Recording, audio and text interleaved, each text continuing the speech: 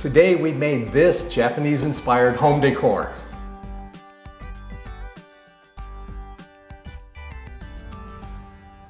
Hi everyone in Cyber World. Welcome back to another video. I'm Jennifer, aka Mrs. Poor Man. And I'm Richard, also known as Mr. Poor Man. So today's video is based on my childhood experiences growing up in Japan. When I was growing up, I would visit my relatives, and in their homes they often had live edge wood slabs that they used for tables. And the slabs were thick, they were huge and beautiful. However, they also had some in the front entryway where those same slabs, instead of as a table, they stood upright just for display purposes. And it was just, to me, they were some of the most beautiful things I had seen. So I had always wanted something like that, but it's kind of hard to have something like that in a home. So I happened to get a hold of a slab of wood, and we worked it, and it came out quite well, I think. So we're gonna go ahead and take a look and show you what we did to get this. But before we do that, please enjoy our video. And if you do enjoy our video, please like, comment, or subscribe. With that, cue music. Here is an example of a Japanese table I spoke of. We wanted to keep the live edge, so we used the wire brush to clean it as best as we can. Because this is not intended to be a table, we did not plane the wood and opted to use the slab exactly as we obtained it.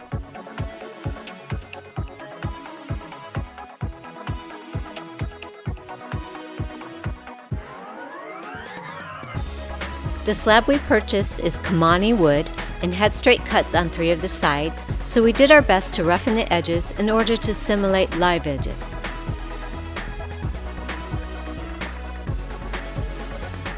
A grinder would have been best to use for this job, but alas, I don't have one.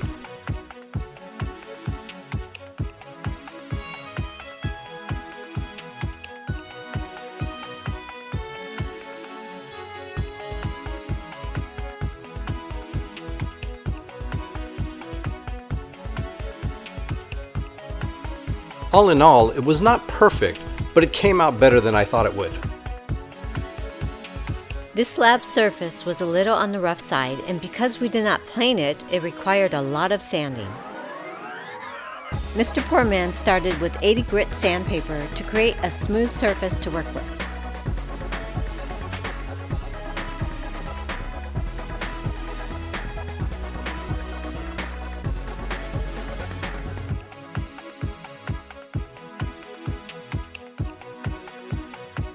I then moved up to 100 grit, but was unable to notice any significant changes in the wood yet. I then moved up to 120 grit.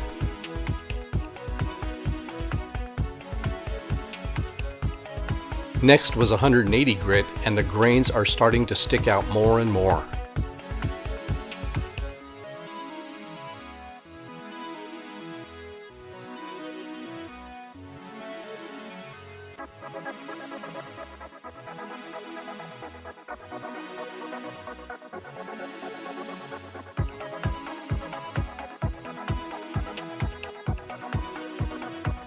Now comes the fun, hand sanding. Yuck. I began with 220 grit.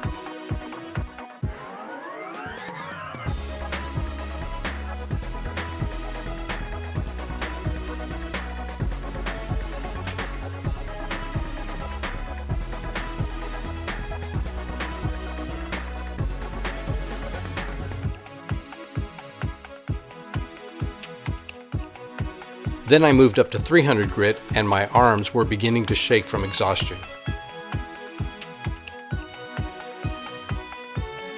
Lastly, I tackled it with 400 grit, and I was so done.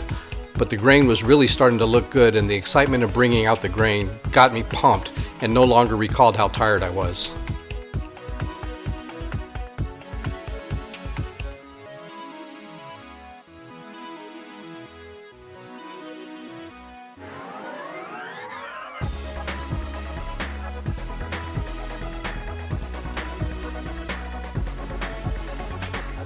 Now for our first ever attempted use of epoxy.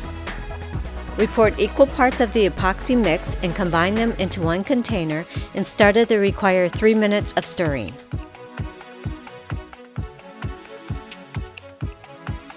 We then poured this solution into the first mixing container to ensure the contents at the bottom of the container were combined as well. Time for Mrs. Poor Man to take over, with another 3 minutes of stirring. We know holes should be filled first to obtain a level surface, but as we mentioned earlier, we wanted to maintain the look of the slab as is. So we poured away. Then the grain just jumped out and was stunning.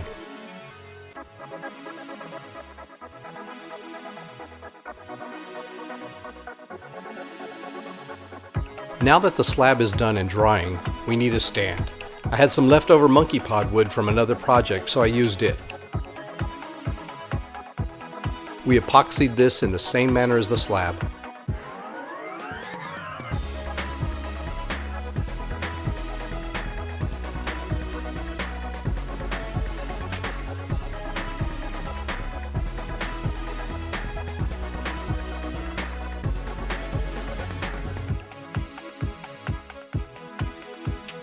And after combining the slab and the stand, here is what we achieved.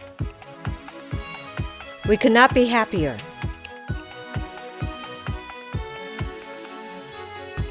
We plan to display the slab here.